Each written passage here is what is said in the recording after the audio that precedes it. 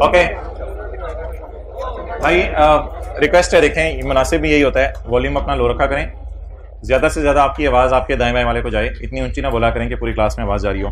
Past paper का question 5 हम कर रहे थे कल, इसका अभी भी आवाज़ आ रही है मुझे। इसका हमने note to the financial statements बनाना है, पास्ट पेपर का क्वेश्चन 5। ओके,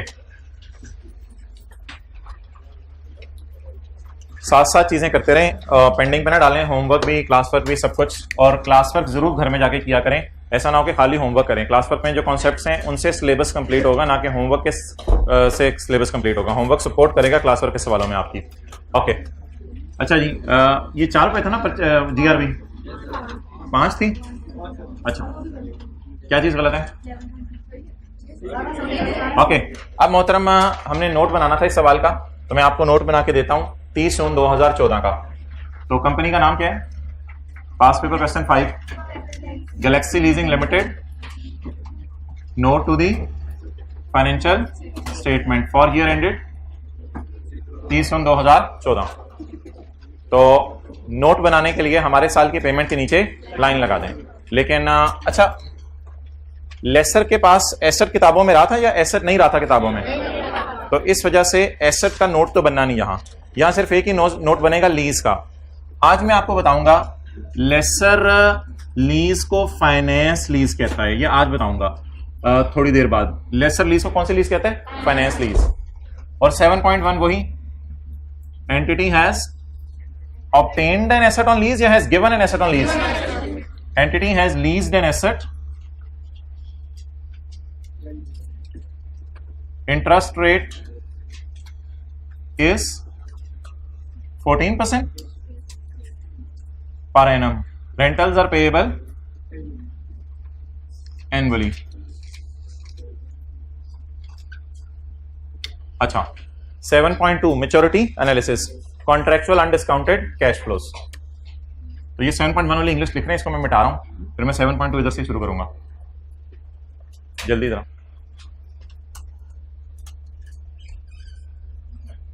मैच्योरिटी एनालिसिस बनाते हैं।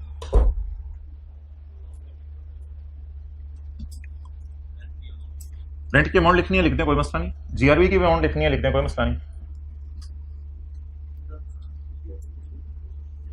ओके,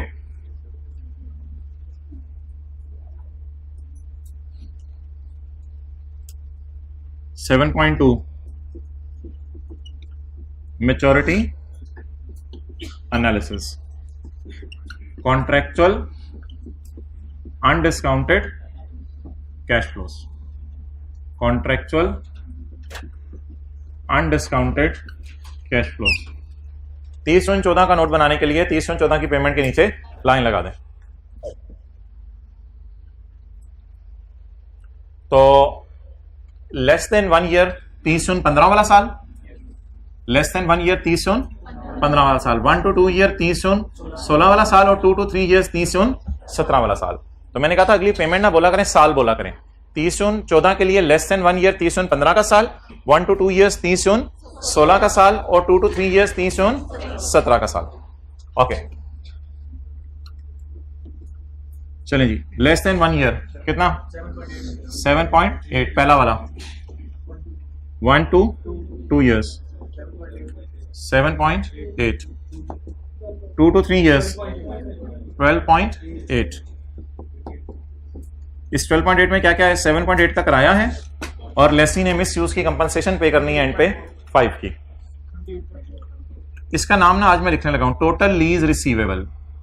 टोटल लीज रिसीवेबल कितना? 28.4।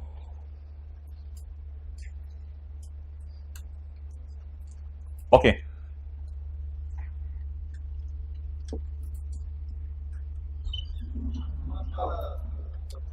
बड़े टाइम पे आए हो आप, धमाका होने लगा है आज। एक धमाका होगा, धमाका ये होगा कि मैच्योरिटी एनालिसिस के बाद भी हम एक चीज बनाएंगे। मैच्योरिटी एनालिसिस के बाद भी एक चीज बनाएंगे। 7.3, मेरे पास जगह इधर है इसलिए इधर लिखता हूं। 7.3 मैच्योरिटी एनालिसिस के बाद भी एक चीज बनाएंगे, रिकॉन्सिलिएशन। रिकॉन्सिलिएशन। ये रिकॉन्सिलिएशन खास है लेसर के नोट के लिए, लेसी के नोट में रिकॉन्सिलिएशन नहीं बनती थी।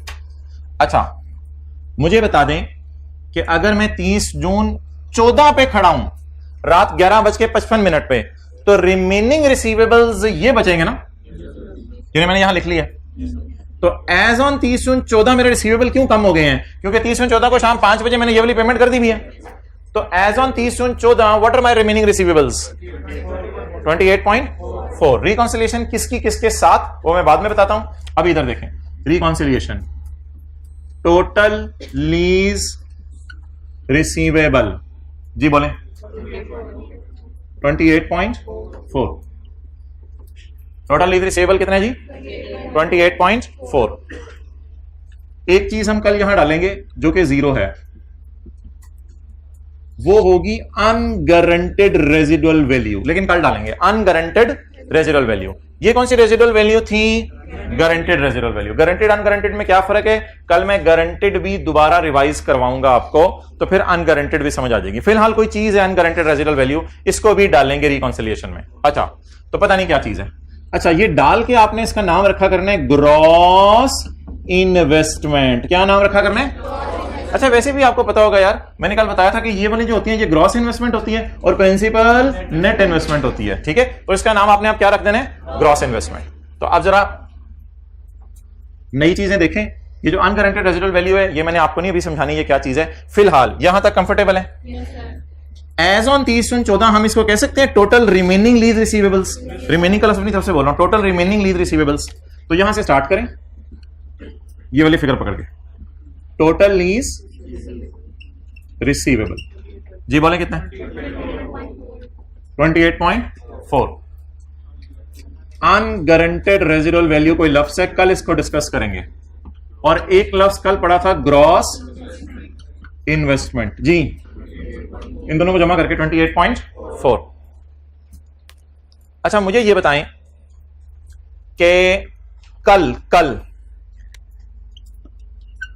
जब मैंने सवाल शुरू किया था, शुरू करने का मतलब है मैं खड़ा था 1 जुलाई 2013 पे, तो कल मैंने GI कितना निकाला था सबका टोटल?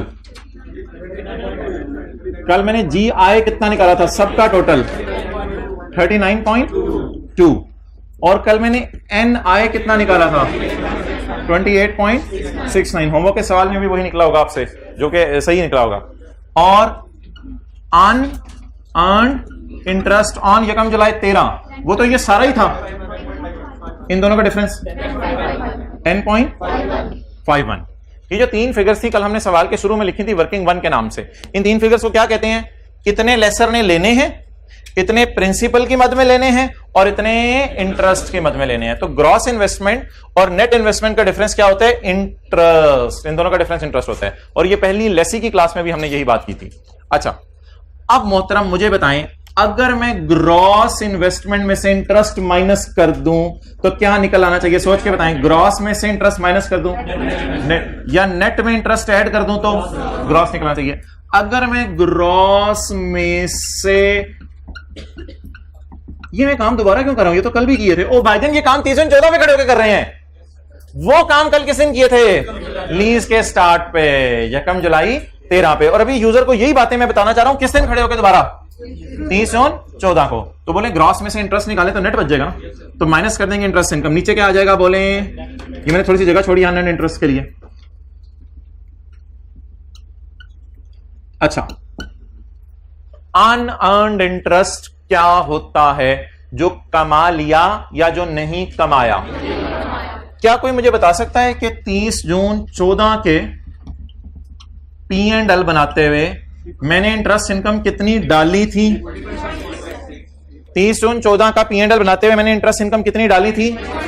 3.6। तो 3.6 मुझे बताएं, ये जो मेरी इनकम थी ये मैंने कमा ली थी तो इनकम में डाली थी ना। तो इंटरेस्ट इनकम P&L में जाती है और P&L में वो जाती है जो हम अर्न कर लेते हैं, क्योंकि एक साल लेसर ने अपना एसेट दे दिया तो लेसर का राइट बन गया इंटरेस्ट कमाने का। जो पी एंड एल में जाया करेगा वो हुआ करेगा अर्न, बाकी सारा हुआ करेगा अनअर्न्ड, बाकी सारा हुआ करेगा अनअर्न्ड। अब मुझे बता दें मैं किस दिन खड़ा हूं? 30 जून 14 के ना पी एंड एल में आपने नजर मारा करनी है, ऐसे ना झाती मारनी है। बना रहे होंगे नोट, झाती मारेंगे पी एंड एल में, पी एंड एल में जाके झाती मारेंगे। नोट बनाते बनाते बनाते बनाते बनाते बनाते पी एंड एल में इंटरेस्ट इनकम कितनी अर्न हो गई है? 3.6। अगर ये अर्न्ड है तो ये अगले साल अर्न होगी, तो इनका नाम क्या रखें? अनअर्न्ड। लेकिन हम अपने देसी स्टाइल में बात करते हैं, बोले कमा लिया, नहीं कमाया, नहीं कमाया, नहीं कमाया। कमालिया की चादरें मशहूर है ना, कमालिया इलाका है लाहौर के, पाकिस्तान के अंदर, पंजाब में। कमा लिया, नहीं कमाया, नहीं कमाया, नहीं कमाया। तो कमालिया कहां मिलेगा हमें? पंजाब में। कमालिया मिलेगा पी एंड एल। आज आप लोगों ने जाके घर वालों को बताना है कमालिया पी एंड एल में है। साथ वाले के कान में बताते हैं, याद रह जाता है। दूर होके जरा, कमालिया पी एंड एल में है। और ये बात को ना पल्ले बांध लें अपने, ये पल्ले नहीं होता, पल्ले, अपने पल्ले बांध लें इस बात को। कमालिया कहां मिलेगा? और ये हतमी बात है, फाइनल बात है। आज के बाद इस बात के अंदर कोई चेंज नहीं आएगी। हाइब्रिड क्लास में ग्रीन शर्ट मुस्कुरा रहे हैं, इसी बात को आगे लेके, मुस्कुराहट को आगे लेके हम अगली किस्त शुरू करते हैं। अच्छा जी, तो कमालिया कितना? तो बाकी नहीं कमाया। If I am standing on 30 June 14, then it is कमालिया। दिस ऑल इज नहीं कमाया। ये जमा करवाएं, 3 + 2 + 1 पॉइंट, ये 15 में कमाएंगे, ये 16 में कमाएंगे, ये 17 में कमाएंगे। ठीक है जी। इसका जब माइनस किया तो कैलकुलेटर पर 6.91 जवाब आया। ग्रॉस में से इंटरेस्ट माइनस करें ताकि नेट आए 21.49। अब आप अपनी तरह आइज क्लोज करें, हेड्स डाउन करें, eyes closed, heads down, eyes closed, heads down till further orders, and please open up your eyes. Oh, it is called as reconciliation. It is called as इतना ये interest था तो ये कमा लिया था, बाकी कमा लेंगे। तो what is my net investment? और आपको पता है ये नेट इन्वेस्टमेंट का ओपनिंग बैलेंस था, ये नेट इन्वेस्टमेंट का। और पेमेंट्स करते करते करते करते नेट इन्वेस्टमेंट का क्लोजिंग बैलेंस कितना रह गया है? 30 जून 2014 पे खड़े होके ये रिकॉन्सिलिएशन मैच कर जाया करेगी। ये आप समझ लें, ये चना है, चने को सर्कल लगा लें। ये चना है 21.49, इसको सर्कल लगा लें।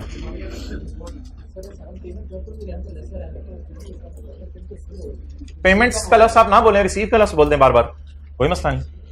लेसी पेमेंट्स करे, इस तरह बोल लें।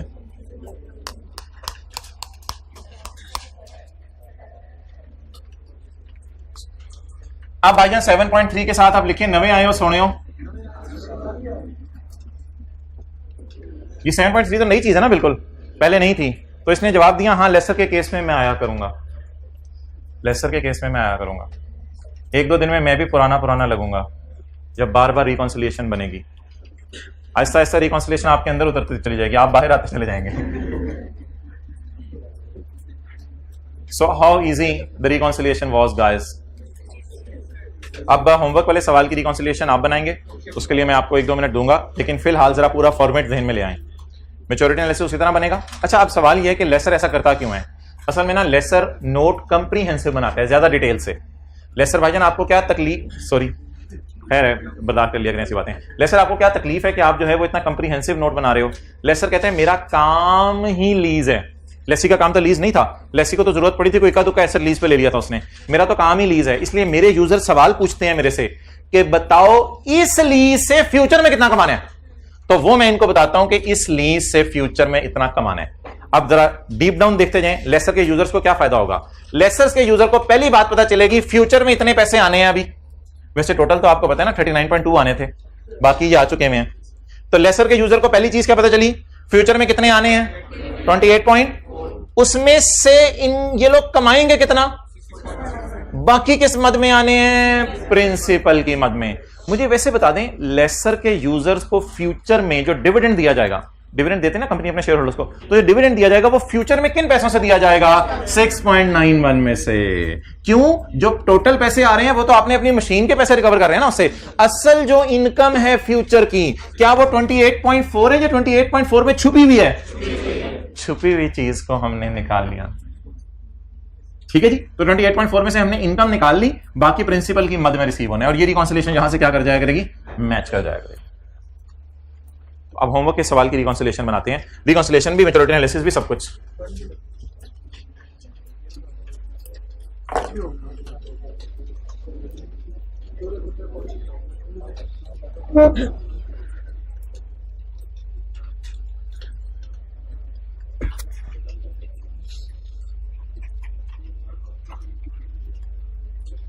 ओके,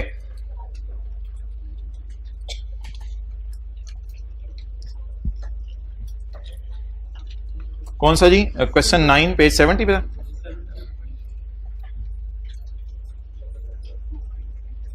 ये छोटा सा काम ना आप मेरा कर दिया करें, साथ रहेगा ना होमवर्क डेली चेक कर दिया करें, और ऑनलाइन वाले ना अब्बू को चेक करवा के जूम मीटिंग में साइन करवा के मुझे जरा दिखा दिया करें जी। क्वेश्चन नंबर कौन से? 9, यानी सोल्यूशन नंबर 9 है। एडवांस का सवाल था, एरियर का था? एरियर का था। ये वाला था? यही वाला था? अच्छा चलो भी 31/12/5 का नोट बनाते हैं हम। अभी आप व्हाइट बोर्ड पे देखना बस कर दें, आप हाइब्रिड वाले भी नहीं देख पा रहे, वो तो देख ही नहीं पा रहे, आप लोग भी देखना बस कर दें, तो इसलिए आप लोग इधर डंडे वो 31/12/5 का नोट बनाना है। तो 31/12/5 का नोट बनाने के लिए 31/12/5 की पेमेंट के नीचे लाइन लगा दो। बेटा क्या हो गया अब्बू, ये लाइन तो लगानी पड़ेगी। 31/12/5 का नोट बनाने के लिए 31/12/5 की पेमेंट के नीचे लाइन लगा दो। ओके जी, 31/12/5 के लिए लेस देन 1 ईयर कौन सा होगा? 31/12/6, 31 less than 1 year, 31/12/7, 1 to 2, 2 to 3 and 3 to 4। आप ना जाया करें, हमारी जान निकल जाती है, मैं लाइन को कह रहा हूं। अच्छा जी चलें जी, मैच्योरिटी एनालिसिस जी भाईजान। लेस देन 1,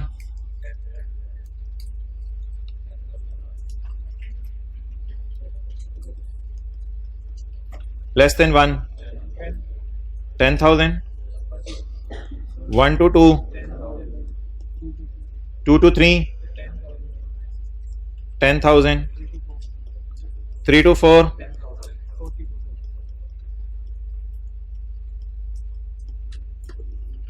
इस 40,000 का नाम। टोटल क्या मतलब? इसमें इंटरेस्ट भी शामिल है, प्रिंसिपल भी शामिल है, ये इसलिए इसे टोटल कहते हैं। तो यहां तक NOTE कर लें, नोट कर लें। ये मैच्योरिटी एनालिसिस बन रहा है किस साल का? 31/12/5।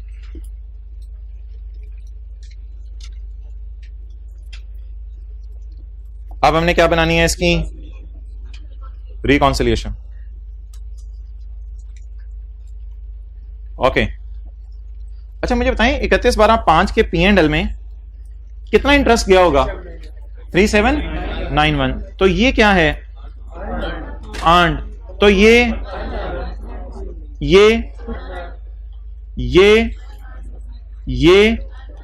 अनअर्न्ड। क्लियर? तो असूल क्या बताया है?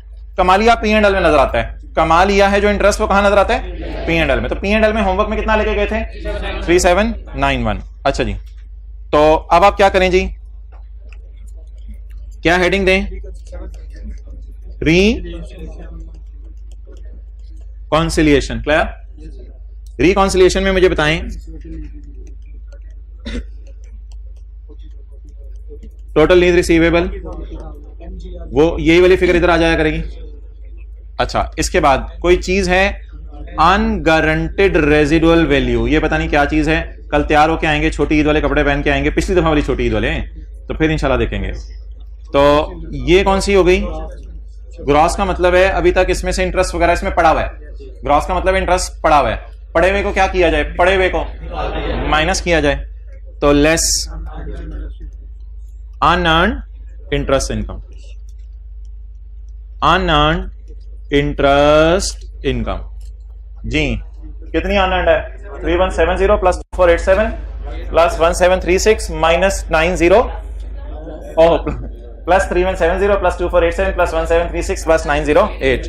इन चारों को जमा करें।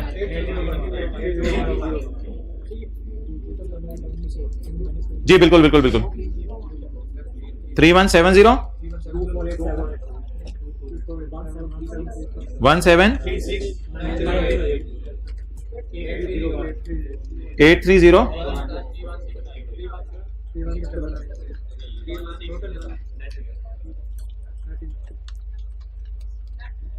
अच्छा ये सही मैंने लिखा था। Control Y Y Y Y Y नहीं होगा। हाँ जी बोले 8301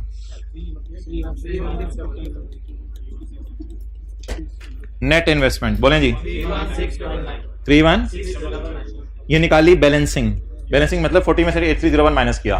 अब ये फिगर किसके बराबर हो जाएगी? ये देखें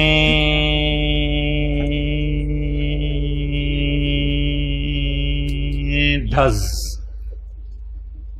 it is called as reconciliation.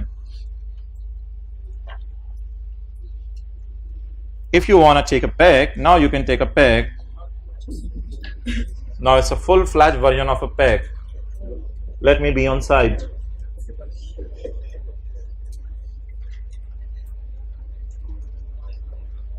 कितने लोगों ने 31699 सही निकाला था?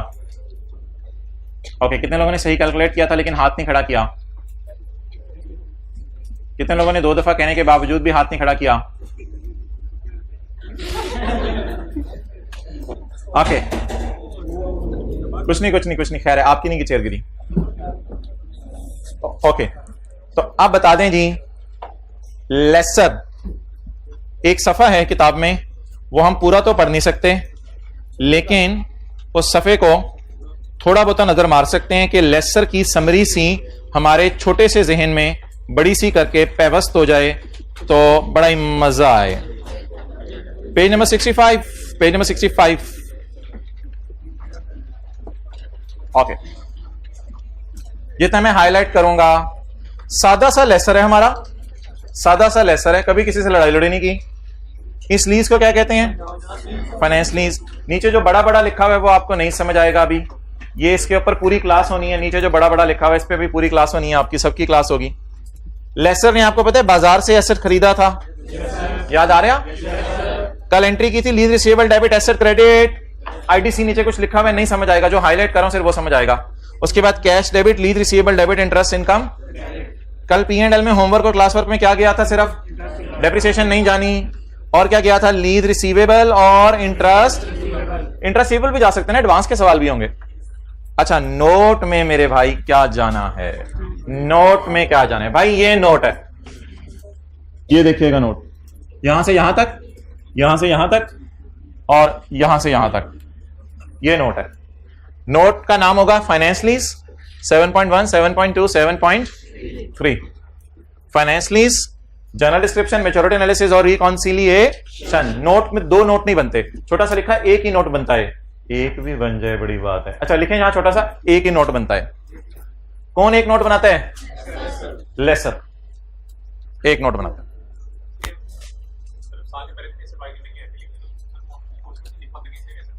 हाँ बस फिर ना करो, एंट्री स्किप भी कर सकते हैं, मैं बताऊंगा। शुरू कहां से किया था? एलपी से या जीआई से? और पीवी से या एनआई से? अभी इसको छोड़ दें। अमोर्टाइजेशन शेड्यूल कहां से शुरू करना है? एनआई से। अमोर्टाइजेशन शेड्यूल हमने शुरू करना है एनआई से। क्लियर? अच्छा, एक छोटी सी चीज आपको बता दूं कि ये जो अनअर्न्ड है ना, अगर आपने तीनों को जमा नहीं करना तो इस सारे के टोटल में से अगर ये माइनस कर दें तो भी आ सकते हैं। ऐसी एक बात कर रहा हूं, साथ वाले से कर रहा था मैं, आप लोग से तो नहीं कर रहा, ऐसी एक बात कर रहा हूं। एक तो अनअर्न्ड का तरीका है ना, इन तीनों को जमा करें, कोई और तरीका बताएं? इन सब का टोटल करें। ये मैं कोई काउंटिंग नहीं सिखा रहा, ये 7वीं 8वीं क्लास वाले बच्चे को जो है वो बताया जाता है, 7वीं 8वीं क्लास वाले बच्चे को बताया जाता है कि भाईजान 2 3 4 होता है, 4 5 6 7 8 9 तो बेटा 9 जो है उसमें से अगर आप 4 माइनस करो तो भी 5 आ जाएगा, और 2 और 3 को जमा करो तो भी 5 आ जाएगा। वो छलांगे हम मारते हैं अखी। तो ये बता रहा हूं आपको, क्या बता रहा हूं कि अनअर्न्ड इन तीनों को जमा करके भी निकल सकता है, और इन तीनों का टोटल नहीं करना, इन सब का टोटल नहीं करना होता। वो तो सवाल के शुरू में आपने किया होता है, ये तो सवाल के शुरू में आपने किया होता है। तो टोटल अनअर्न्ड निकालने के क्या तरीके हैं? अनअर्न्ड को जमा कर दें, अनअर्न्ड निकालने का क्या तरीका है? अनअर्न्ड अनअर्न्ड अनअर्न्ड को जमा करते हैं। दूसरा तरीका total minus earned is equal to बड़ा वाला अनअर्न्ड। तो अनअर्न्ड इस तरह भी निकल सकते हैं, ठीक है। तो इस तरह भी सवालों को कर लेंगे, जरा जहन में रख लें ये बात। अभी सादा काम रखें। सादा काम क्या है? अनअर्न्ड अनअर्न्ड अनअर्न्ड को जमा करें तो अनअर्न्ड आ जाता है। ओके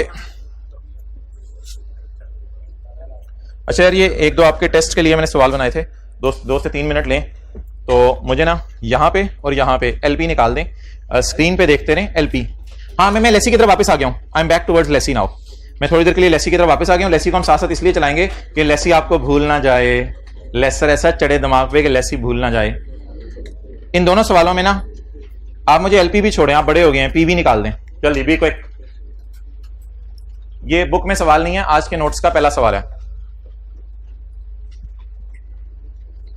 पी भी निकाल दें दोनों की और हाथ खड़े करते रहें। एक्सेलेंट, 2 लोगों ने निकाल लिया।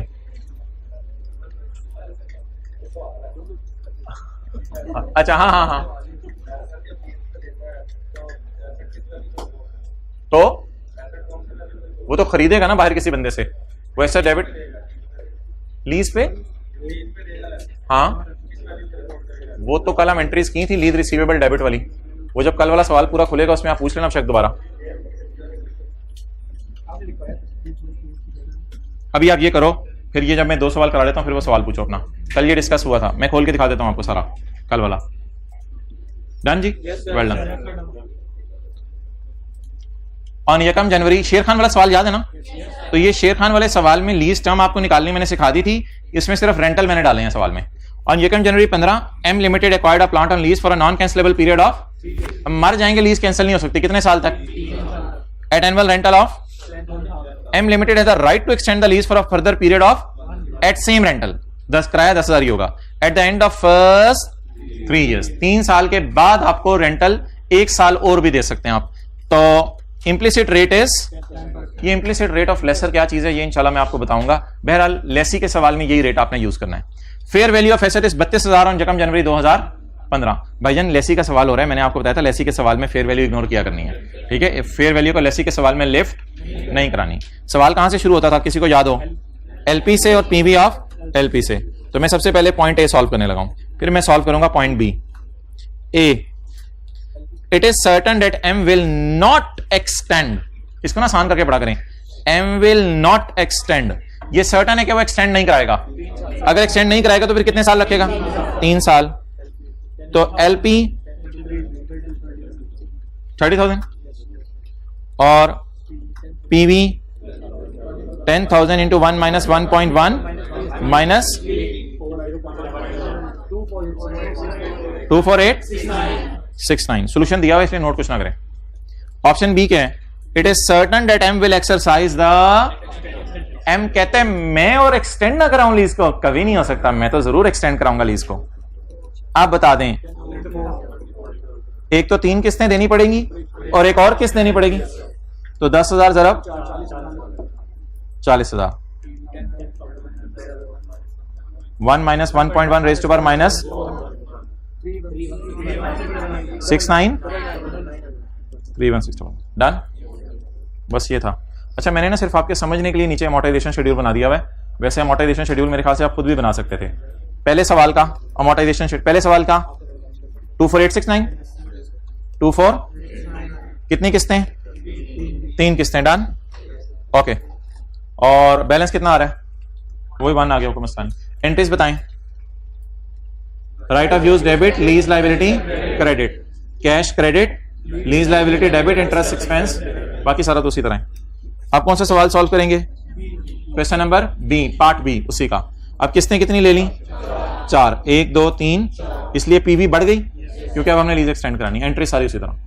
ओके 2-3 मिनट और लगाएं और ये नीचे वाला सवाल भी कर दें लेसी का। ये यार मजे का है, ये जरा डिफरेंट सा सवाल है जिस तरह के हम पहले करते आ रहे हैं। रिक्वायरमेंट पढ़ लो। पिछला सवाल हो गया ना, समझ आ गया पिछला सवाल?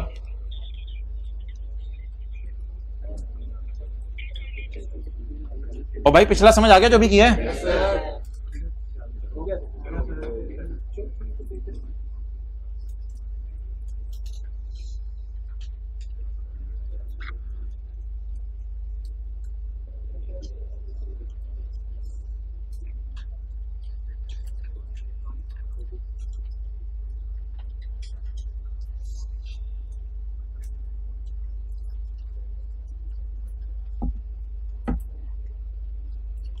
भाईजान आज तक हमने जो सारे सवाल किए हैं उसमें किस्तें बराबर थी, इक्वल थी या अनइक्वल?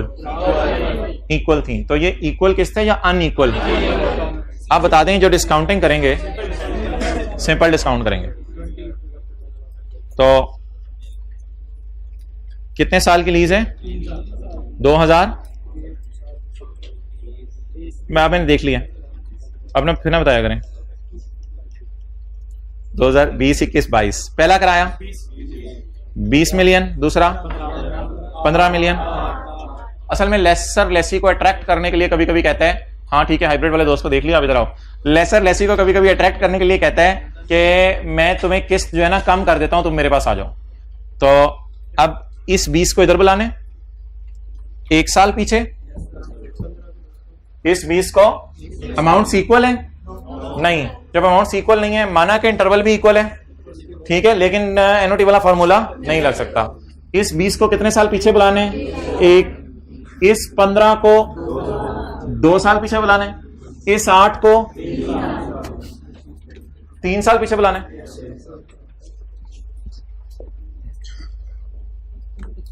ओके, एलपी 43, पीवी या बीवी? पीवी। बीवी भूली हुई है जब से स्टैंडर्ड में आए आप। अच्छा, पीवी, पीवी बोलें 20 into 1.1 raise to power -1 plus 15 into 1.1 raise to power minus plus 8 into 1.1 raise to power -3।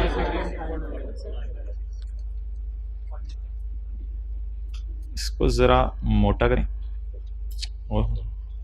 ठीक है जी, आप बोल दें जी पीवी के आगे 36.59। असल में सॉल्यूशन में मैंने शायद 59 लिखी हुई है, हालांकि 37 भी आप लिख देते तो कोई हर्ज नहीं था, राउंड भी कर सकते हैं आप। तो 36.59 ये पीवी कितने लोगों ने क्लास में बैठ के निकाल ली थी? ओके, 36.59। अब क्या रह गया पीछे? कुछ भी नहीं रह गया। खोदा पहाड़ निकला चूहा, वो भी मरा हुआ। ये पीवी आ गई 36.59। आप बता दें पहली किस्त कितने की है?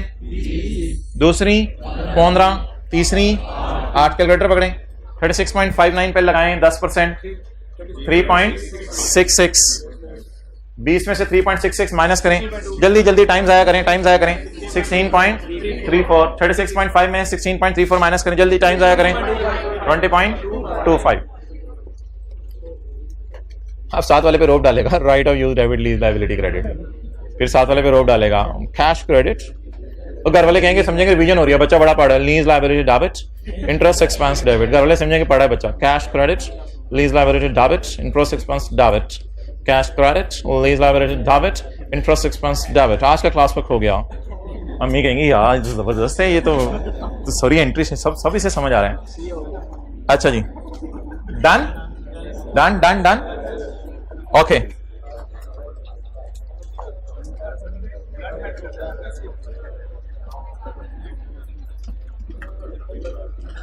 लो जी भाईजान, अब चीज शुरू हो गई आज की मेन। कर ऊपर शेर खान, जल्दी जल्दी जल्दी।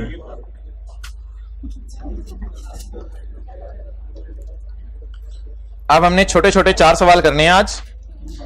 अब हम कॉन्सेप्ट शुरू करने लगे हैं, लीज क्लासिफिकेशन फ्रॉम किसके पॉइंट ऑफ व्यू से?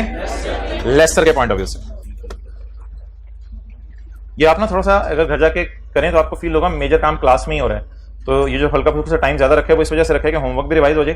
जैसे ये नोट अब हमने 2 दफा बना लिया तो मेजर रिवीजन आपकी क्लास में ही हो जाए। एक इधर बना लिया, एक दोबारा बना लिया, तो इसलिए बड़ा कंफर्टेबली चीजों को लेकर चलें। अच्छा, पेज नंबर बता दें कौन से? जी भाईजान, पेज 524 पे आ जाएं। Question number 6। Question number 6।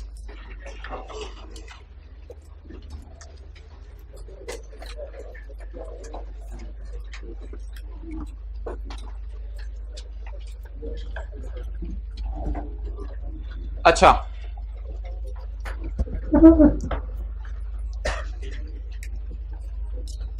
SAB is a leasing company, किताब में सवाल है ये, page number 524। Saab is a leasing company, Saab एक लीजिंग कंपनी है। During the year ended 31 December 2005, 31 दिसंबर 5 के साल में company entered into a lease with a lessee, the details are as follows. हम लीजिंग कंपनी की बात करने लगे हैं, लेसर की, वापस आ गए लेसर की तरफ। लाइफ कितनी है एसेट की? लीज की मुद्दत 10 साल। जिस एसेट की लाइफ कितनी रह गई है? 12, उसको कितने अरसे के लिए दे दिया लेसी को? 10 साल के लिए लेसी को दे दिया। आप मुझे बताएं, क्या अच्छे खासे रिवॉर्ड ट्रांसफर कर दिए गए हैं लेसी को? सोचें यस और नो, इंशाल्लाह सही बताएंगे सारे। क्या अच्छे खासे रिवॉर्ड लेसी को ट्रांसफर कर दिए गए हैं? अब मैं ये भाई को कहूं कि भाईजान, मिसाल के तौर पे मैं कहूं यार ये मेरा मोबाइल है, ठीक है, ये मेरा मोबाइल है। अब मैं भाई को कहूं कि ये मेरा मोबाइल है। अब ये जो मेरा मोबाइल है इसकी मैं कहूं जी लाइफ जो है वो 6 साल है। लाइफ क्या है? 6 साल।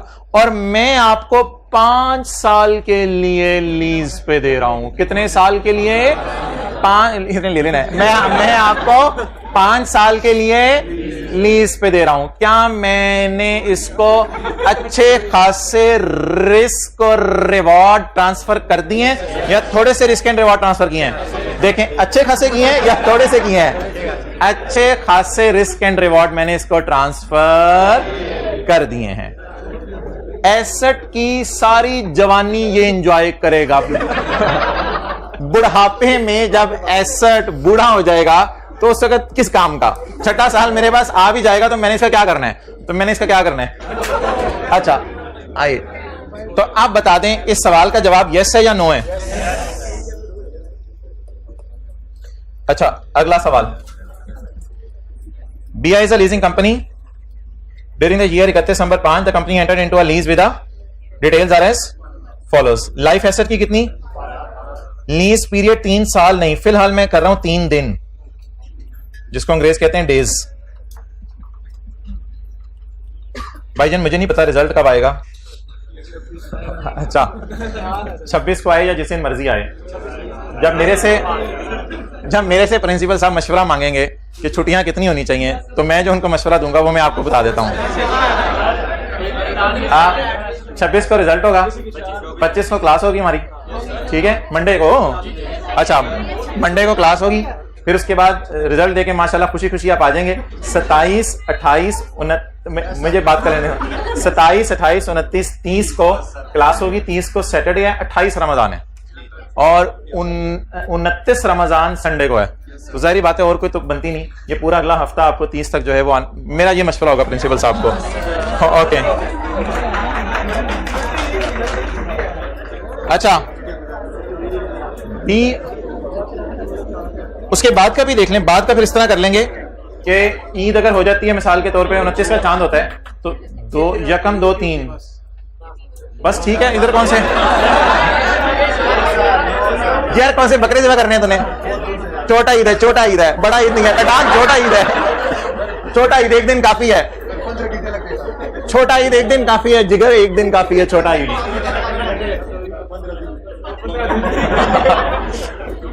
हद हो गई।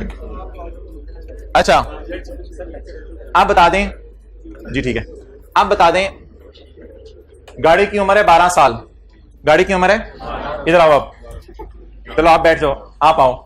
गाड़ी की उम्र है 12 साल। मैं लेसर हूं, ये लेसी हैं। मैं लेसर हूं, ये लेसी हैं। भाई ने कहा भाईजान मेरी शादी है, 3 दिन तक चलेगी, मेरी शादी है, जुमे को निकाह होगा, मौलवी साहब आ जाएंगे, जुमे को निकाह होगा, हफ्ते को जो है बारात होगी और इतवार को वलीमा होगा, कोई चौथी चीज और नहीं होगी इंशाल्लाह। तो 3 दिन की मेरी शादी है, तो मुझे भाईजान लेमोजीन चाहिए। मैंने कहा भाईजान 12 साल इसकी बकाया उम्र है, आप कहते मैं 3 दिन ही ले सकता हूँ। चुप कर जाओ, साल के लिए भी मैं इसका किराया नहीं दे सकता, समझा करें, वो 3 दिन के लिए देते हैं मुझे। मैंने इसको सब्सटेंशियल रिवॉर्ड ट्रांसफर कर दिए हैं 12 साल में से। रिवॉर्ड क्या, रिवॉर्ड ही ट्रांसफर नहीं की इसको। तो मैंने इसको सब्सटेंशियल रिवॉर्ड ट्रांसफर किए हैं या नहीं किए?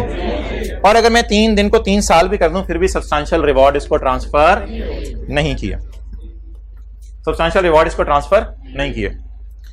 अच्छा,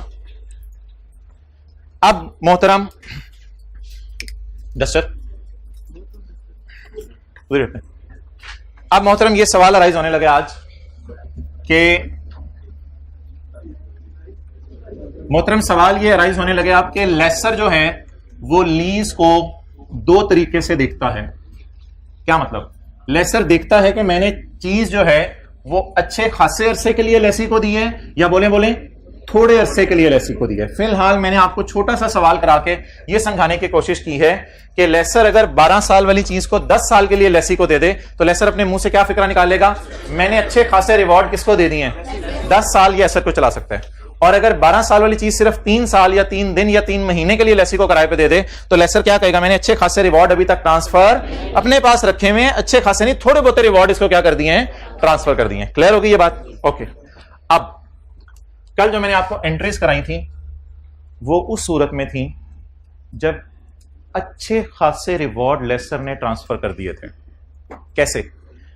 कल के सवाल में एसेट की लाइफ थी 5 साल। मैं समझते जाने बातों को। कल के सवाल में एसेट की लाइफ थी 5 साल, पास पेपर का क्वेश्चन 5, और लीज टाइम थी 4 साल। फिर मैं देख लेता हूं, छोड़ें आप।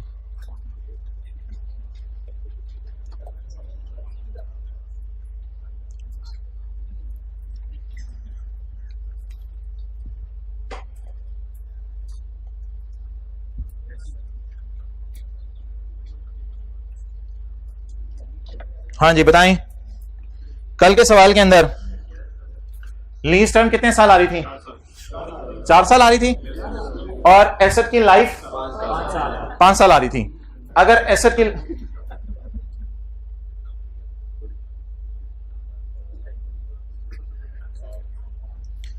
कल के सवाल में एसेट की लाइफ कितने साल आ रही थी? 5 साल, और किसने कितनी थी? 4। तो 5 साल वाली चीज मैंने कितने साल के लिए उसे किराए पे दे दी थी? तो क्या मैंने अच्छा खासा अरसे के लिए उसको दे दी थी? तो इसका मतलब है फिर मैं लेसर ये समझा करेगा कि चीज अब मेरी नहीं रही, क्योंकि मैंने अच्छे खासे अरसे के लिए किसको दे दी? लेसी। अगर लेसर चीज ज्यादा उम्र के लिए लेसी को दे दे तो एंड पे आके अगर उसके पास वापस आ भी जाए तो अब उसने उसका अचार डालना है। 5वें साल लेसर ने क्या चीज में से निकाल लेना है? ठीक है, तो अगर लेसर लेसी को चीज कितने अरसे के लिए दिया करेगा? अच्छे खासे अरसे के लिए। तो लेसर क्या फिक्रा बोला करेगा कि अब ये मेरा एसेट नहीं रहा। अगर आना भी है मेरे पास वापस 4थे साल के एंड पे तो मैंने इसका क्या कर लेना है? असल तो किसने एंजॉय किया इसका बेनिफिट? लेसी ने एंजॉय किया। क्लियर होगी ये बात? ठीक है जी, ओके। साथ वालों को आपने जरा देख दी कि भाईजान आपके घर मेहमान आए हुए हैं, तो ये देगची है, तो ये चावल जो है ना उनको खिला दें, कोई मसला नहीं। एंड पे 2 चावल और 1 गर्दन की बोटी आई वापस। अब अच्छा खासा तो उन्होंने एंजॉय कर लिया। अब आपके पास आ भी गई तो किस काम की? आ भी गई तो किस काम की? क्लियर? अच्छा, लेसर आज के बाद लीज को 2 एंगल से देखेगा, एक इस आंख से, एक इस आंख से, और डिसाइड करेगा कि risk and reward transferred, risk and reward transferred, अच्छे खासे अरसे के लिए मैंने दे दी है चीज, या फिर 12 साल में सिर्फ 3 दिन के लिए गाड़ी लीज पे दिया है। Risk and reward not transferred.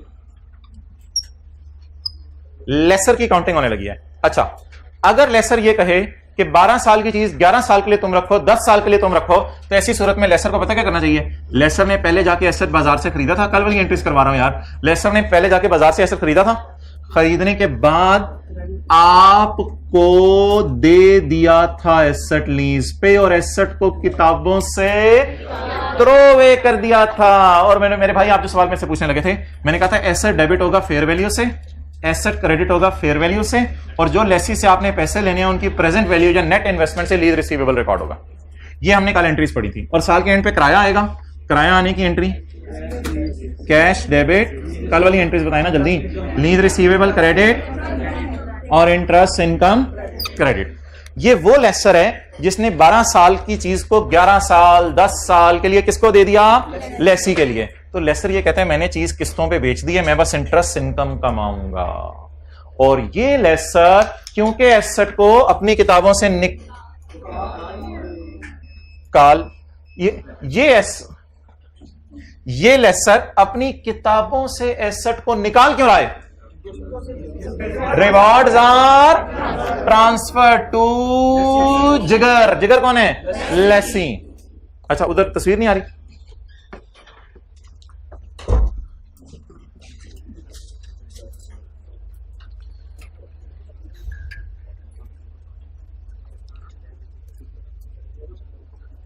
अच्छा, उस क्लास में से वो इसी का भी इसका ला दें, प्रोजेक्टर का रिमोट। प्रोजेक्टर का रिमोट इधर भी दे दो ना। क्या मतलब? हो रहे ऑन? हो जाएगा, खुद ही ऑटो पे लगा मैं। हो अब उधर नजर आ रहे हैं? अच्छा, इधर रिकॉर्डिंग चलती छोड़ के चले गए थे आप? चलो खैर है, कोई मसला नहीं, ऑनलाइन वालों ने भी एंजॉय किया।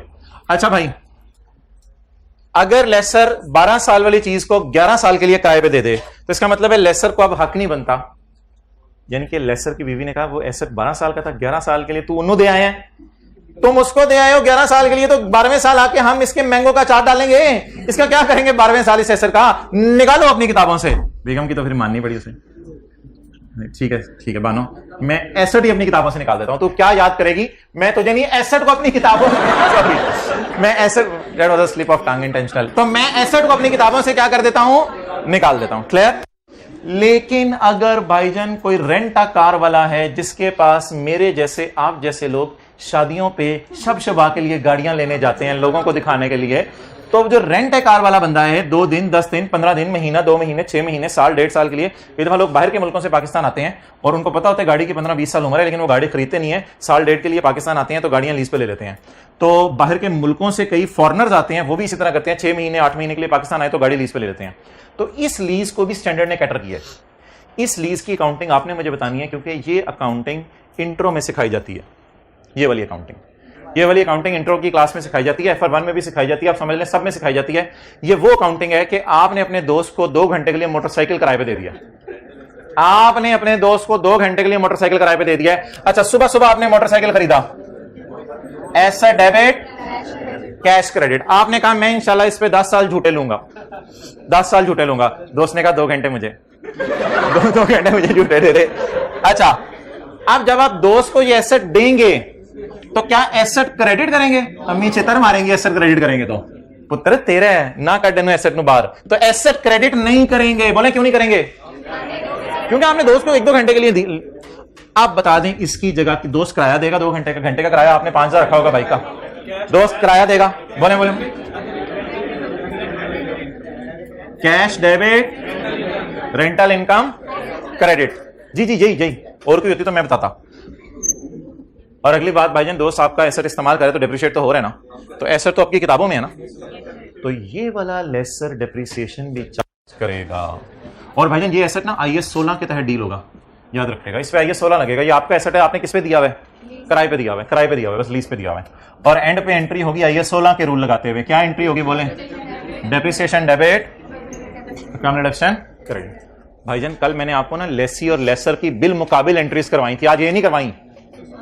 आज मैंने कुछ और ही बात कर दी है। मैंने कहा लेसर कितने किस्म के होते हैं? जो लेसर हमेशा के लिए तकरीबन लेसी को एसेट लीज पे दे दें, 12 में से 11 साल, 12 में से 10 साल, 12 में से 9 साल, वो लेसर किताबों से एसेट को निकाल देते हैं। वो कहते हैं यार मेरा एसेट नहीं है, अब जाने दो, कोई नहीं, एसेट किताबों से निकाल देते हैं। और जो लेसर थोड़े दिनों के लिए लेसी को एसेट किराए पे देते हैं, वो किताबों से निकालते नहीं है, एसेट को डेप्रिशिएट करते हैं और क्या रिसीव करते रहते हैं? इसका किराया। नोट कर लें।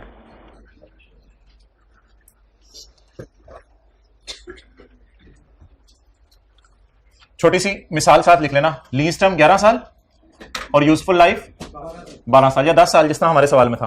और इधर क्या था बोले? लीज टर्म 3 साल और यूजफुल लाइफ 12 साल।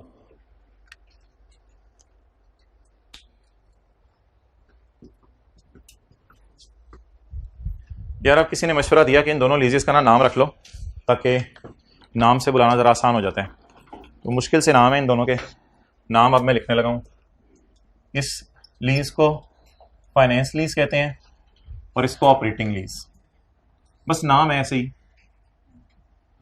फाइनेंस लीज और ऑपरेटिंग लीज। तो अभी जो हम कल से सवाल कर रहे हैं और मैंने नोट भी बनवाया था, तो मैंने आपको क्या कहा था? हम कौन सी लीज पढ़े हैं? फाइनेंस। ऑपरेटिंग लीज को तो मैंने आपको कोई सवाल नहीं करवाया, वो इंशाल्लाह कल या परसों से करने शुरू करेंगे।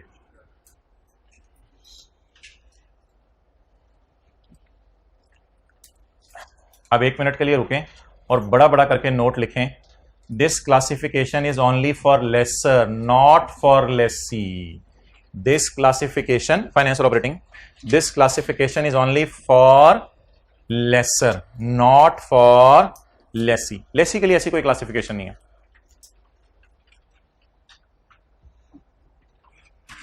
लेसी ना बस लीज को LEASE कहता है, लीज। वो तो लेसर है जो लीज को क्या कहता है, फाइनेंस या operating.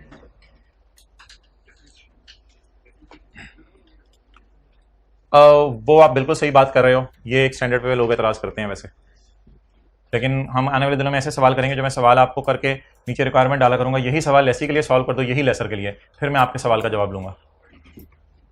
Okay, so that is very simple accounting. खरीदा, किराया आया, एसेट घिस गया। खरीदा, किराया आया, एसेट घिस गया। ये नगमा बोलते जाना है आपने, ये नगमा बोलते जाना है। अफ्तारी से पहले तो दुआएं पढ़नी है, अफ्तारी के बाद तरावी से पहले। खरीदा, किराया आया, एसेट घिस गया। ये आसान सी अकाउंटिंग है इसकी। और इसकी अकाउंटिंग तो वो लेसी का ऑपोजिट थी ना, उल्टी, याद है? इसकी अकाउंटिंग तो लेसी की उल्टी थी, केवल ये अकाउंटिंग तो आसान थी। अच्छा, अब एक ऑनलाइन वाला बच्चा घर में बैठे हुए बाहर निकलना चाह रहा है स्क्रीन से कि मैं सर से पूछता, जो 100 फिजिकल बच्चे वालों ने नहीं पूछा, कि लीज टर्म 6 साल हो, लाइफ जो है वो आपकी 12 साल हो तो क्या करेंगे, 7 हो तो क्या करेंगे, 5 हो तो क्या करेंगे। इधर तो आपने 12 और 11, 10 को करीब करीब रखा था, बात समझ आ गई थी, और इधर आपने 12 और 3 में अच्छा खासा गैप रखा था तो बात समझ आ गई थी। तो कब समझा जाएगा कि अच्छा खासा अरसा लीज पे दे दिया है, और कब समझा जाएगा अच्छा खासा नहीं दिया? कोई बॉर्डर लाइन होनी चाहिए जिससे एग्जैक्ट आइडेंटिफिकेशन हो जाए। अच्छा, सिर्फ ये बॉर्डर लाइन ही नहीं, बल्कि ये डिसाइड करना कि लीज फाइनेंस है या ऑपरेटिंग है। हम क्वेश्चन से 5 सवाल पूछा करेंगे, हम क्वेश्चन पर 5 टेस्ट लगाया करेंगे। ये उन 5 टेस्टों में से एक टेस्ट था, क्या, कि लीज टर्म कितनी है, यूजफुल लाइफ कितनी है, इन दोनों को कंपेयर करके डिसीजन ले लो। ये उन 5 टेस्टों में से कितने टेस्ट था? लेकिन स्टैंडर्ड कहते हैं आप कितने टेस्ट लगाओ? 5 टेस्ट लगाने के बाद डिसाइड किया करो इसको कैंसर हुआ है या नहीं हुआ। तुमने ब्लड टेस्ट देख के कह दिया इसको कैंसर हो गया, उसकी जान निकल जानी है, तो ब्लड टेस्ट भी करो, प्रोटीन का भी करो, विटामिन का भी करो, प्लेटलेट्स बेचारे के पता नहीं कहां पहुंचे हो, हंस क्यों रहे हो, प्लेटलेट्स। अच्छा, तो एक टेस्ट से ही पता चल जाते इसने इलाज कराने बाहर जाने, एक टेस्ट से ही पता चल जाता है या ज्यादा टेस्ट करने पड़ते हैं? ज्यादा टेस्ट करने पड़ते हैं। क्लियर हो गया? तो बता दें, क्या यूजफुल लाइफ और लीज टर्म को देख के डिसाइड कर लिया करेंगे कि हमने एसेट निकालना है या रखना है, या 5 टेस्ट लगाया करेंगे? 5 टेस्ट लगाया करेंगे और 5 टेस्ट लगा के डिसाइड किया करेंगे। तो ये जो 2 सवाल मैंने कराए थे ना, ये जो आपको भी करवाए हैं, ये अधूरे सवाल हैं। ये सिर्फ एक कॉन्सेप्ट बिल्डिंग के लिए थे, ये अधूरे सवाल हैं, अधूरा सा सवाल है। एक टेस्ट लगा के मरीज को ना बता दे तुम्हें कैंसर हुआ है, ये अधूरे से सवाल थे। असल सवाल ना ये है, क्वेश्चन 8 पूरा सवाल, पेज 524, पेज 524। पहले मैं आपके सामने सवाल पढ़ूंगा, फिर मैं 5 टेस्ट लगाऊंगा। लेकिन भाईजान मैंने टेस्टों के जवाब जो है ना आगे लिख दिए, मैं टेस्ट की रिपोर्ट में घर से बना के लाया हूं, तो ये मैं जरा रिपोर्टें मिटा रहा हूं, रिपोर्ट इंशाल्लाह हम इकट्ठी बनाएंगे। पहले मैं जरा सवाल पढ़ता हूं। जब भी आज के बाद लीज हुआ करेगी, स्टैंडर्ड कहता है लीज को कितने टेस्टों से गुजारो? सिर्फ लेसर के लिए, लेसी के लिए हम ये टेस्ट नहीं लगाते थे, और फिर डिसाइड करो ये लीज फाइनेंस है या, और अगर ये फाइनेंस है तो एसेट को किताबों से निकाल दो और डेप्रिशिएट ना करो, और अगर ये ऑपरेटिंग है तो एसेट को किताबों में रखो और साथ साथ डेप्रिशिएट करो। Neptune limited is a leasing company. किसका सवाल है, लेसर का, लेसी का? Lessor, leasing company. During the year ended 31 December 5 the company entered into a lease with a lessee. The details were as follows. Lease किस दिन शुरू हुई है? ये काम जनवरी 2005। अटेंटिव कैलकुलेटर हाथों में। फेयर वैल्यू ऑफ एसेट कितनी है? 7 लाख।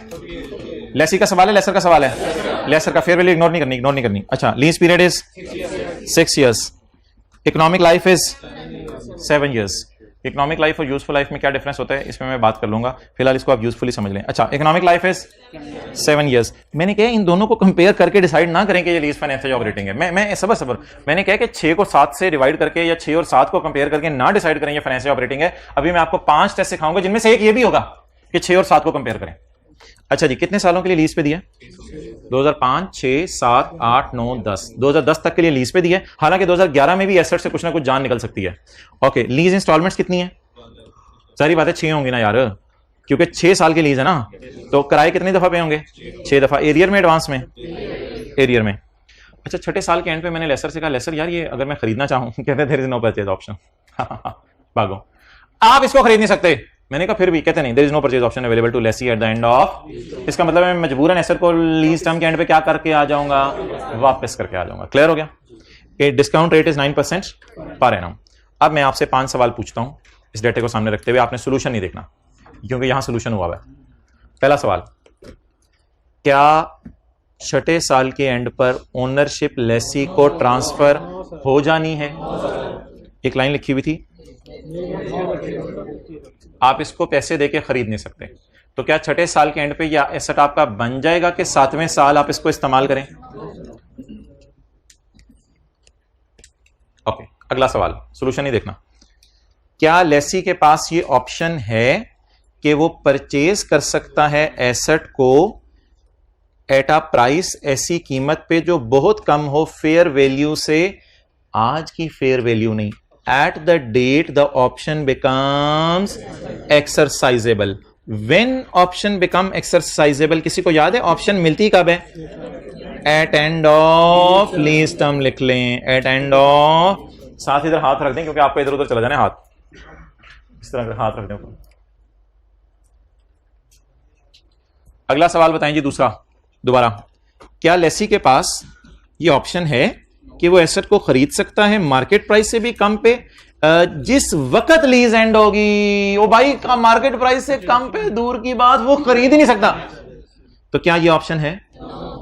असल में ना ए और बी तकरीबन एक जैसे हैं।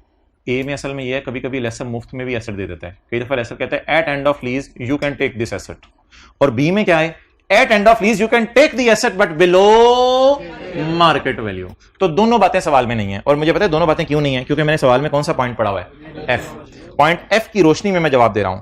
क्या ओनरशिप इधर लिख लें मुफ्त में, इस पॉइंट में और नीचे वाले पॉइंट में ये फर्क है सिर्फ।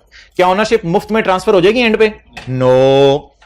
अगला सवाल, क्या बाजार से कम पैसे देके कर दोगे? यार ना कर मुफ्त में ट्रांसफर, बाजार से कम पैसे देके कर दे। नो, कहते नो, गाय नहीं जैसे बोल रही है, नो ना, कहते नहीं करनी मैंने ट्रांसफर। अगला, क्या लीज टर्म 6 साल है ना, is a major part of economic life? ये जरा देखते हैं, लीज टर्म कितनी है? ये कैलकुलेशन आप कैलकुलेटर पे किया करेंगे। लीज टर्म 6 साल, इकोनॉमिक लाइफ 7 साल, 80। अच्छा लिख लें, ये जवाब 75% से ज्यादा आएगा तो मेजर समझा जाएगा। ये जवाब 75% से ज्यादा आएगा तो मेजर समझा जाएगा। किस तरह? छोटा सा करके पॉइंट सी के साथ लिख लें, ये जवाब 75% से ज्यादा आएगा तो मेजर समझा जाएगा। फिर भी अच्छा, अब मुझे बताएं, उर्दू में मैं सवाल आपसे पूछ रहा हूं, इंग्लिश में नहीं सवाल पूछ रहा। क्या लीज टर्म इकोनॉमिक लाइफ का अच्छा खासा अरसा बनती है?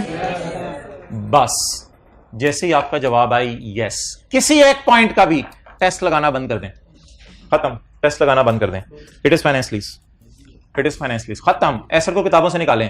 ओ भाईजान, 7 में से 6 साल के लिए तूने उसे एसेट लीज पे दे दिया, तेरे पास क्या बचना पीछे? तो इसका मतलब है major part of economic life आ गया। तो इन 5 में से एक का जवाब भी क्या हुआ करेगा? यस। तो हम क्या कह दिया करेंगे कि टेस्ट लगाना बंद कर दो। टेस्ट लगाना बंद कर दो का क्या मतलब है? यार अब आपको आगे देखने की जरूरत ही नहीं। 7 में से 6 साल के लिए आपने चीज उसको दे दी है, तो आपको तुक बनती है किताबों में रखने की? फाइनेंस लीज होती क्या, पहले ये बताएं। Do not keep asset in books of lessor. Lessor की किताबों में बुक्स, वो जो लेफ्ट साइड वाली एंट्रीज मैंने कराई हैं, क्लियर? लेकिन यार हम तो टेस्ट लगाना वैसे सीख रहे हैं ना पेपर के लिए, तो इसलिए टेस्ट तो लगाते रहे आगे। एक का जवाब भी क्या आ जाए तो आगे टेस्ट लगाना बंद कर दें और क्या डिसाइड कर लेंगे लीज क्या है? फाइनेंस। फाइनेंस लीज क्या होती है? जिसमें लेसर क्या कहते हैं कि 6 में 7 में से 6 साल के लिए तुझे दे दिया, अब मैं एसेट को अपनी किताबों में रखना पसंद नहीं करूंगा। अच्छा, ये जो सवाल है ना अगला डी वाला, ये है at start of lease, at inception of lease, जब लीज शुरू हुई, डज द पीवी इज तकरीबन equal to fair value of the asset. ये फेयर वैल्यू कौन सी होगी, एंड वाली या स्टार्ट वाली? स्टार्ट वाली। इसके लिए ना थोड़ी सी मेहनत करनी पड़ेगी, सारी बात है यार, ये टेस्ट लगाने के लिए मेहनत करनी पड़ेगी। पहले क्या निकालनी पड़ेगी, पीवी निकालनी पड़ेगी, पीवी तरह निकालें इंटू 1 माइनस 1.09 माइनस 6 748,000। अब जरा मैं 2 हाइलाइटर यूज कर रहा हूं। Does the PV is almost और exactly equal to the fair value से, यस और no? Excellent. Does the PV is substantially और 100% equal to the fair value? Yes. इस सवाल का जवाब ही क्या गया यार, असल में आपने 7,48,000 वाली चीज के 7,48,000 जब उससे ले लेने हैं तो फिर आप क्यों कह रहे हो ये मेरा एसेट है? खुदा के लिए निकालो किताबों से। इसीलिए इस लीज को कौन सी लीज करें? फाइनेंस लीज करें। अच्छा यार, ये लेसर पागल है, 7,48,000 वाली चीज के 7,48,000 ले रहा है उससे, और भाई इंटरेस्ट भी लेगा। लेसर पता है कितने पैसे लेगा इससे? लेसर तो भाईजान इससे एलपी लेगा कितना, 166 इंटू 6 1,000,000। बेसी लीज की ना भूलिए, पहली क्लास वाली। लेसर पागल नहीं कि 7,48 वाली चीज के 7,48 लेगा, लेसर 10 लाख लेगा उससे कितने वाली चीज के, लेकिन प्रिंसिपल की मद में कितने लेगा, टोटल कितने लेगा, बाकी क्या लेगा, इंटरेस्ट लेगा। अच्छा जी, अब आप सिर्फ एक काम करें, मुझे सवाल जो है वो लिखवाने शुरू करें। पहला सवाल क्या पूछा करेंगे, विल ओनरशिप ट्रांसफर मुफ्त में एट एंड ऑफ लीज, पहला यह सवाल पूछा करेंगे। दूसरा सवाल बोले बोले बोले बोले बोले यार, दूसरा सवाल ना at end of lease, at end of lease, क्या लेसी उस वक्त की फेयर वैल्यू से कम में बाय कर सकता है, ये दूसरा सवाल पूछा करेंगे। तीसरा सवाल बोले बोले बोले बोले यूजफुल लाइफ और लीज टर्म को पकड़ेंगे, लीज टर्म को डिवाइड किससे करेंगे? अगर जवाब 75% से ज्यादा है तो इसका मतलब अच्छा खासा अरसा लेसर ने एसेट लेसी को दे दिया।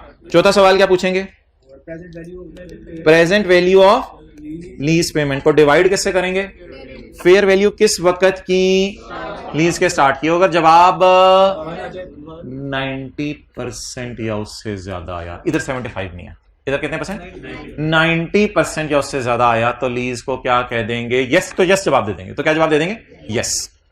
अच्छा इधर लिख लें छोटा सा, सब्सटेंशियली का मतलब 90%। जी सब्सटेंशियली का मतलब लिख लें 90%।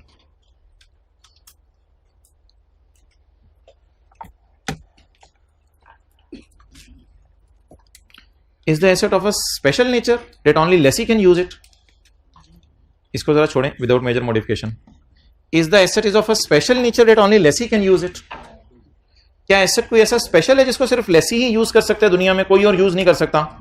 कोई ऐसी बात नहीं है यार। एसेट किधर, एसेट का नाम आ रहा है, कोई एसेट का नाम नहीं आ रहा। तो स्पेशल नेचर का एसेट कौन सा होता है? नहीं नहीं नहीं यार, स्पेशल नेचर का एसेट ऐसा एसेट होता है जो पूरे पाकिस्तान में अगर लेसी इस्तेमाल ना करे तो लेसर को वो फेंकना पड़े, लेसर को वो फेंकना पड़े।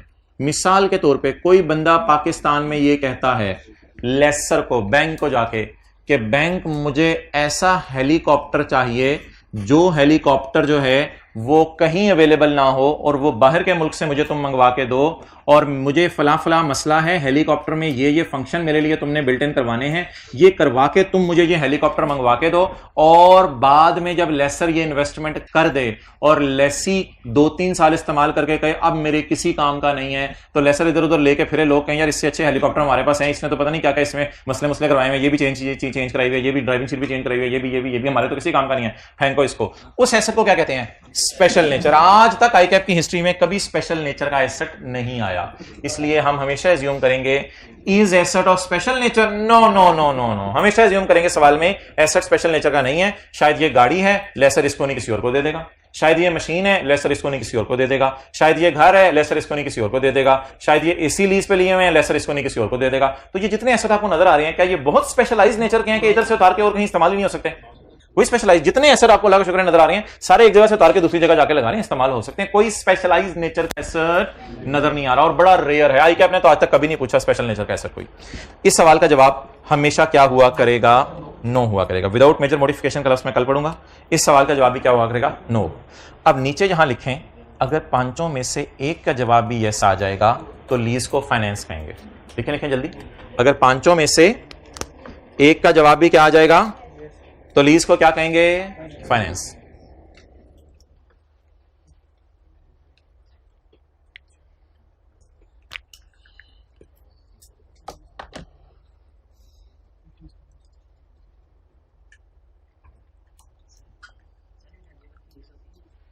हाँ हो जाती है। अच्छा, अब ये कोई इतना इंपॉर्टेंट सवाल नहीं, क्वेश्चन 8 को आप रिवाइज करते फिरें। मैं आपको 5 मिनट दे रहा हूं, मुझे क्वेश्चन 9 कर दें। और क्वेश्चन 9 के नीचे ना जगह खाली है, अल्लाह का शुक्र है, क्वेश्चन 9 के नीचे जगह खाली है।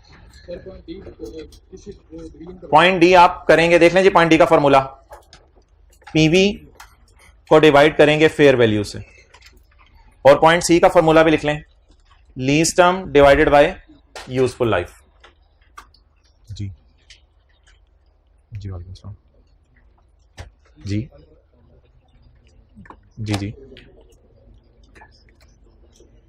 आप बता दें इशू क्या है? मैं घर नहीं हूँ।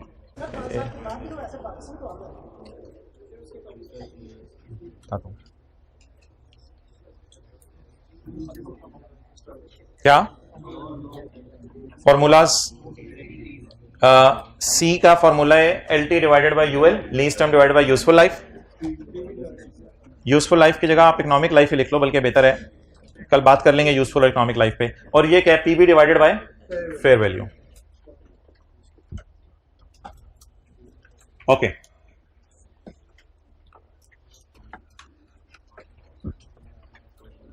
भाईजान, जब भी लेसर और लेसी आपको बैठे हुए नजर आए जिंदगी में, फर्ज करें लेसर और लेसी जो है पराठा रोल के ऊपर अफ्तारी कर रहे थे दोनों इकट्ठे, और दोनों बातें कर रहे थे कि यार एक लीज कर लेते हैं। आप साथ बैठे ना, उनकी बातें नोट किए जा रहे थे, नोट किए जा रहे थे, नोट किए जा रहे थे, और साथ आप अपना पराठा भी खाई जा रहे थे। आप उनकी बातें नोट किए जा रहे थे। उन दोनों के उठने के बाद लेसर ने कहा, यार तू मुझे अक्लमंद बंदा लग रहा है, तू क्या क्या नोट कर रहा था? मजलिस में तो अमानत होती है, तू हमारी बातें नोट कर रहा था। तो आपने कहा, लेसर को कहा, हाँ मैं तेरी बातें नोट कर रहा था, मैं तुझे बताता हूं जरा। लेसर ने कहा, क्या? हमने कहा कि फाइनेंस है या ऑपरेटिंग है, तेरे से पंगा में ले। अच्छा, तो हमने कहा मैं तुम्हें बता देता हूं कि तुम्हारे लिए फाइनेंस है या ऑपरेटिंग है। अब आप लेसर से 5 सवाल ना पूछें, आपने ये 5 सवाल लिख लिया है पूरा डाटा, ये डाटा एक्चुअल आ गया मरीज का। अब आप 5 सवाल पूछ के डिसाइड करें, यार फाइनेंस ऑपरेटिंग डिसाइड ना करें, आपने घर जाके ये बोलना है, 5 सवाल पूछ के डिसाइड करें कि एसेट किताबों से निकाल देना बेहतर है या एसेट किताबों में रख लेना बेहतर है। किसके लिए? लेसर के लिए। तो आज के बाद जब भी लीज आया करेगी तो लीज के सवाल से हम कितने सवाल पूछा करेंगे? 5। और 5 सवाल सिर्फ कौन पूछा करेगा? लेसर या लेसी? 5 सवाल क्या पूछा करेगा कि ये 5 सवालों में मकसद ये होगा पूछने का, अगर 5 में से एक का जवाब भी यस आ गया तो ये लीज फाइनेंस। और 5 के पहले का जवाब भी नो, दूसरे का भी नो, तीसरे का भी नो, चौथे का भी नो, 5वें का भी नो, फिर ये कौन सी लीज होगी? ऑपरेटिंग। तो ये कोई जहन में ना बना के जाएगा 5 के 5 का यस आना है, 5 में से एक भी यस आ गया तो फिर आपने इसको पकड़ लेना है और पकड़ के आपने कहना है ये कौन सी लीज है? फाइनेंस। यार मेरे ख्याल से तो मुझे ये लग रहा है कि सवाल में हमने डाटा चेंज नहीं किया सिवाय इसके अलावा एक चेंज नहीं है डाटे में, कि लीज की मुद्दत हमने गिरा के कितने साल कर दिया है और तहस नहस हो गया, इसकी वजह से हमारा कंक्लूजन की तहस नहस हो गया। अच्छा जी, पहला सवाल, क्या लीज टर्म, अच्छा मैं ना इंग्लिश में जरा बोलता हूं, does the ownership will transfer to lessee at the end of 3rd year so that he can enjoy for remaining 4 years? पहला सवाल, does the ownership will transfer to lessee at end of lease? दूसरा सवाल, does the lessee has an option to purchase the asset at the end of lease at a price lower than fair value at end of lease. Does he has the option? No, he has no option.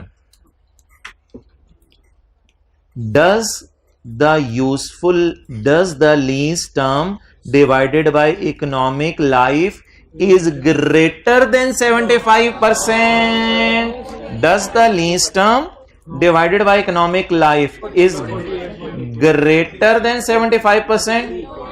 No. Done. अगला सवाल चौथा. Does the PV of LP at start of lease divided by fair value at start of lease का जवाब 90 या उससे ज्यादा है? ये देख लेते हैं. पीवी कितनी निकली है? 166,744 रेज़्ड टू पावर -3, तो 422,078.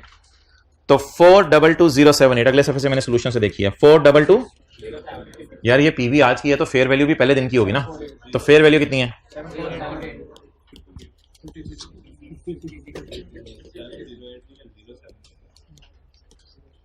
अच्छा, और पांचवा सवाल, एसेट स्पेशल नेचर का है. एसेट कभी भी स्पेशल नेचर का नहीं होगा. किसी एक का जवाब भी क्या आ जाता तो ये लीज क्या बन जाती है? फाइनेंस. अभी ये क्या है? ऑपरेटिंग. ऑपरेटिंग का क्या मतलब है? इसकी अकाउंटिंग कैसे होगी? एसेट को किताबों में रखेंगे, किराया आता रहेगा और एसेट को क्या करते रहेंगे? डेप्रिशिएट करते रहेंगे. अच्छा, अब ये सवाल आपने किस तरह याद करने हैं? ऑलमोस्ट आपको याद हो गए हैं, लेकिन फिर भी आप जरा सोच लें इन सवालों को कैसे याद करना है. अब साथ वाले के ना तरफ ऐसे आपने हाथ किया करना है. Does the ownership will transfer to lessee at end of lease. करके जरा उसे करें.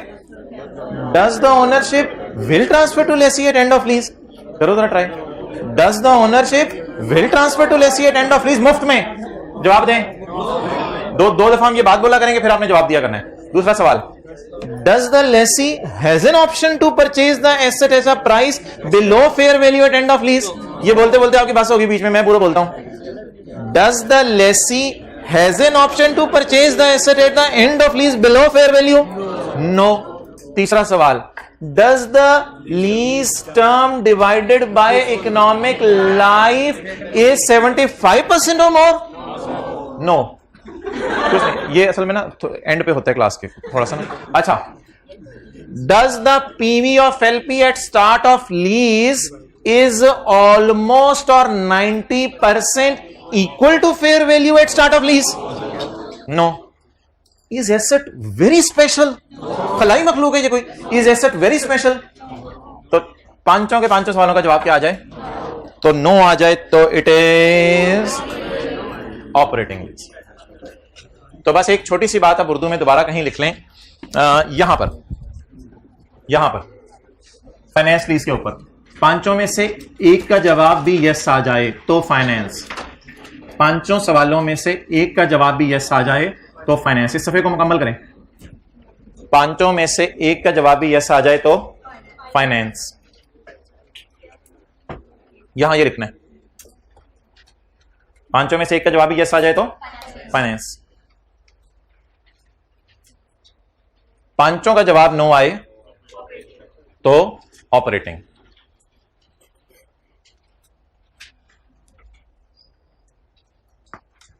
नींद नहीं पूरी हो रही? 11 बजे से लेकर 3:30 बजे तक सो जाएगा. 4.5 घंटे ये, दोपहर को 2 घंटे, 6.5 घंटे.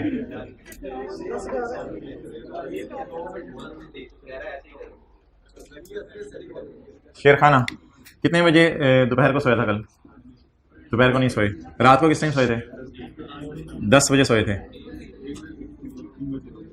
3 बजे उठे.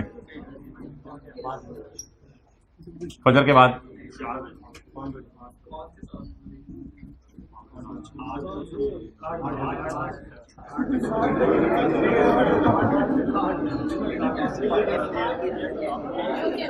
जी 12 से 4 तक 1 गिलास पानी पी के चल आगे चलो. 4:30 से सुबह 7. साढ़े और दोपहर को नहीं सोया.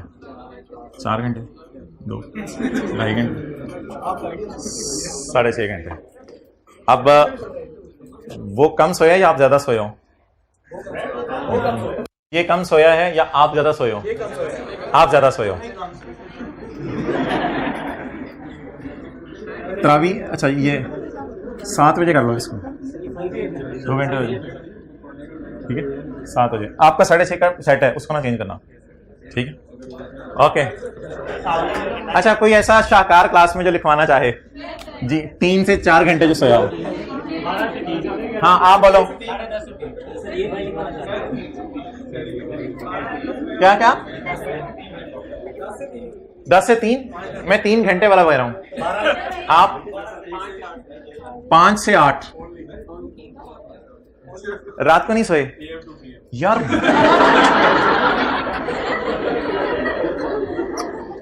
यार आप तरावी पढ़ के 10 बजे आ गए और 6 घंटे नॉन स्टॉप पढ़े हो। अच्छा असल में ना ये अच्छी है मेरे ख्याल से, ये साथ हम लोग लीज कर रहे हैं, ये साथ IAS 38 और वो भी रिवाइज कर रहे हैं IAS 41, इस वजह से इनका थोड़ा सा ओके। IAS 38 निकालें, IAS 38 बस बस बस, ओहो ना ना ना ना, एक मिनट। पास्ट पेपर का क्वेश्चन 5 बताएंगे, ये फाइनेंस ऑपरेटिंग है। I am giving you 3 minutes. Past paper का क्वेश्चन 5 कल किया था, डिसाइड करें फाइनेंस ऑपरेटिंग है।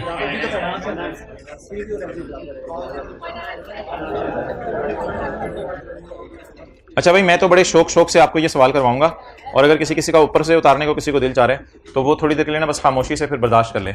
मैं तो आपको एक एक चीज अभी बताऊंगा। पहला सवाल, क्या चौथे साल के एंड पर लेसी एसेट को खरीद लेगा? सवाल में कहीं नहीं लिखा हुआ, तो क्या लेसी को मुफ्त में एसेट मिल जाएगा? भाईजान सवाल बताएगा, वरना नहीं मिलेगा लेसी को मुफ्त में। पहले सवाल का जवाब नो। दूसरा सवाल, क्या बाजार से कम पैसे देके कहीं लिखा हुआ है एसेट खरीद सकता है लेसी? भाईजान कोई चीज बैग में नहीं रखनी, ठीक है, लिखा हुआ है नो।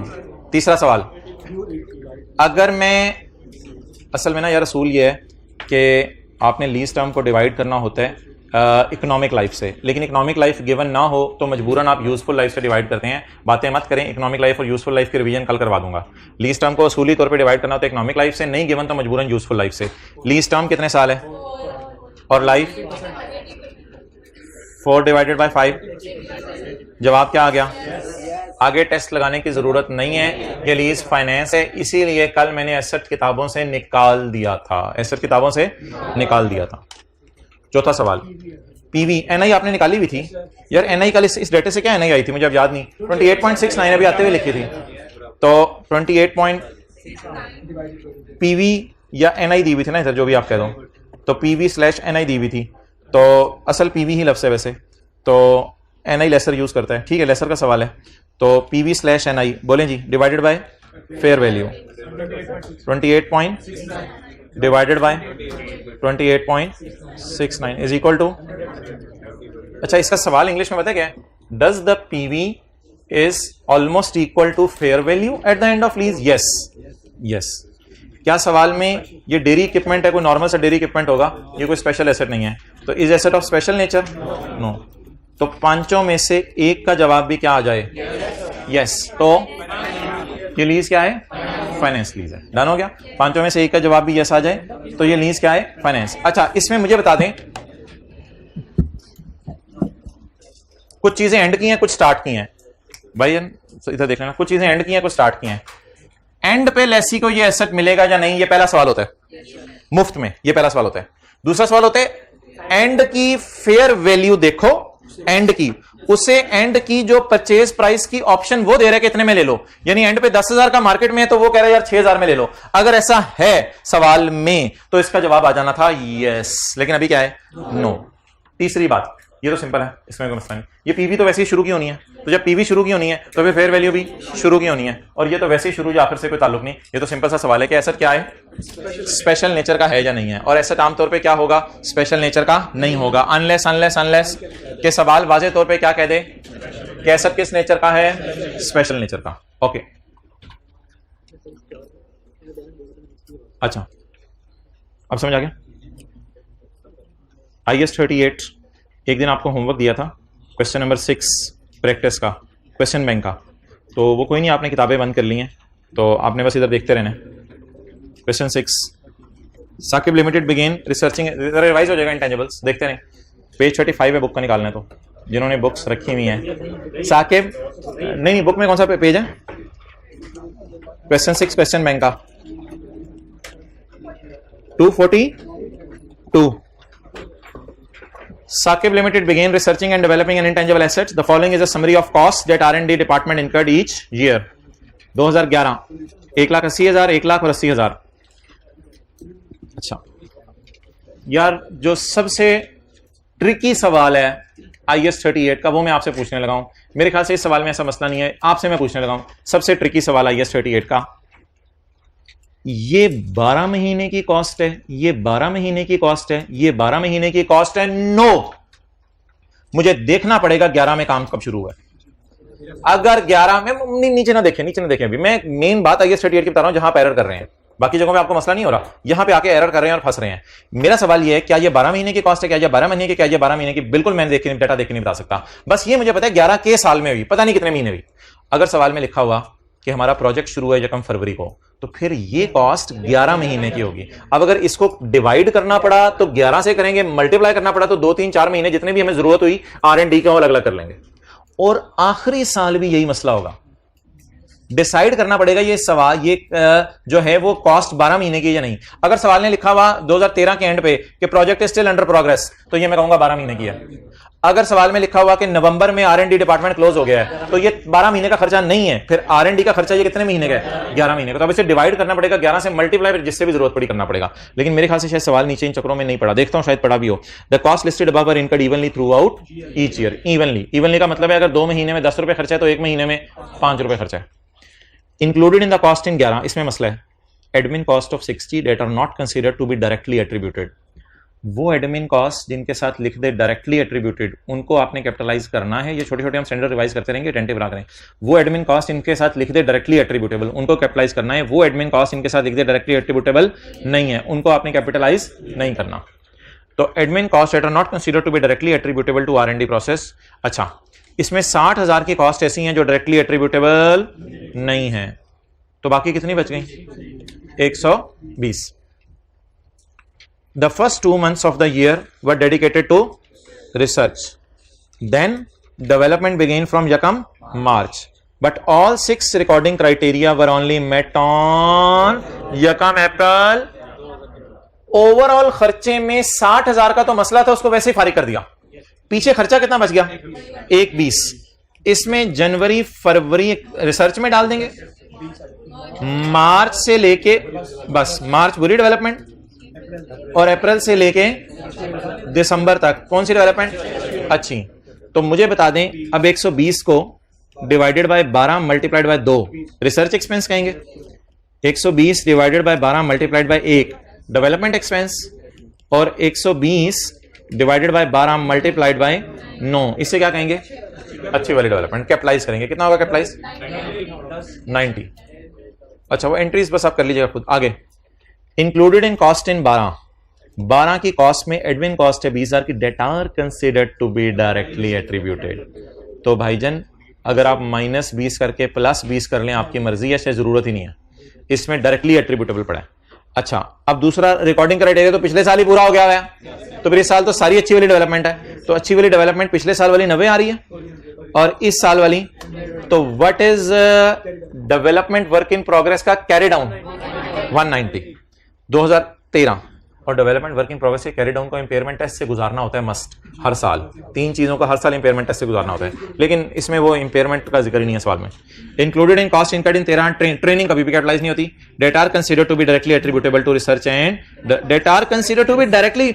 ओ भाईजान, ट्रेनिंग चाहे डायरेक्टली एट्रीब्यूटेबल है, मैंने कहा एडमिन डायरेक्टली एट्रीब्यूटेबल को डालना है। ट्रेनिंग और एडवर्टाइजमेंट किसी भी हाल में कैपिटलाइज नहीं हो सकती। अब ये 30 में से क्या करेंगे? माइनस, क्या जवाब आ जाएगा? 50,000। तो 50 ये हो गया, 100 ये हो गया, 150 और 90 ये हो गया, कितना? 240। और आप बताएं, आपको लग रहा है प्रोजेक्ट कहीं लिखा हुआ मुकम्मल हो गया?